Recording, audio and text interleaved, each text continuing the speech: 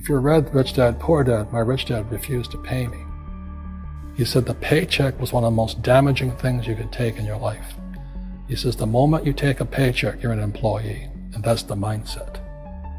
So my rich dad never paid me. It drove my poor dad, government employee, nuts. You gotta pay people, you gotta pay people. And Rich Dad was not saying that the paycheck was bad. He says he didn't want to be a slave to money. So as an entrepreneur, if Rich Dad folded, I just started another company. I don't need a paycheck.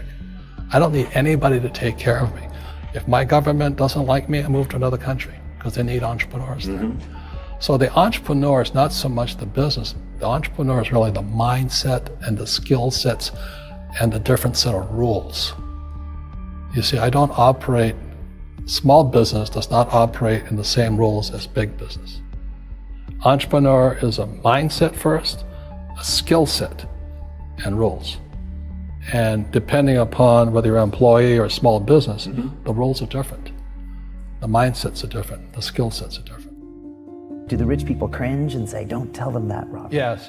Don't tell people what you know. Right. Keep them poor. My father was the head of education, PhD, all that stuff. I go home and ask him, said, why don't we learn about money in school? And he looked at me and says, because the government doesn't let us teach that subject. The government tells us what we can teach and what we can't teach. And I thought that was strange. And I said, but aren't we going to school to learn about money? He says, no, your job is to get a job. I said, but you get a job to earn money.